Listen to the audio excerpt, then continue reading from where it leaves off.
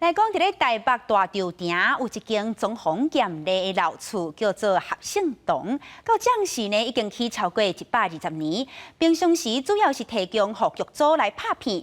不过，这间老厝要修复是爱开真侪钱，而且这产权的问题也该真歹处理。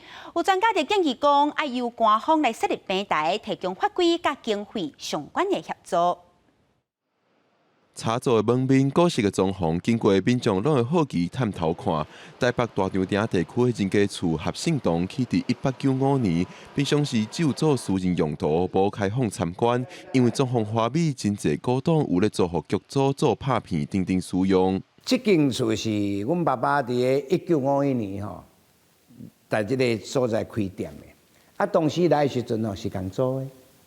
啊，做了大概6、7年吼，厝头家就卖阮爸爸啦。头尾都要收6年外，6年外吼，敢若开维修建筑费用哦，3000几万啦。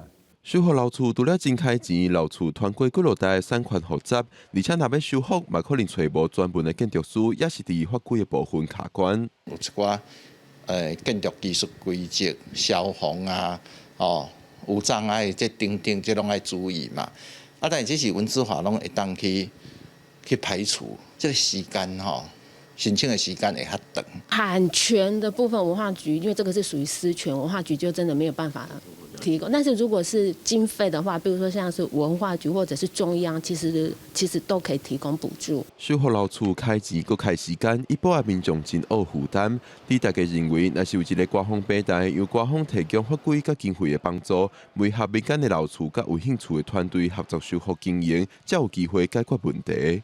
记者郭不稳定由开淡保罗、张水台北报道。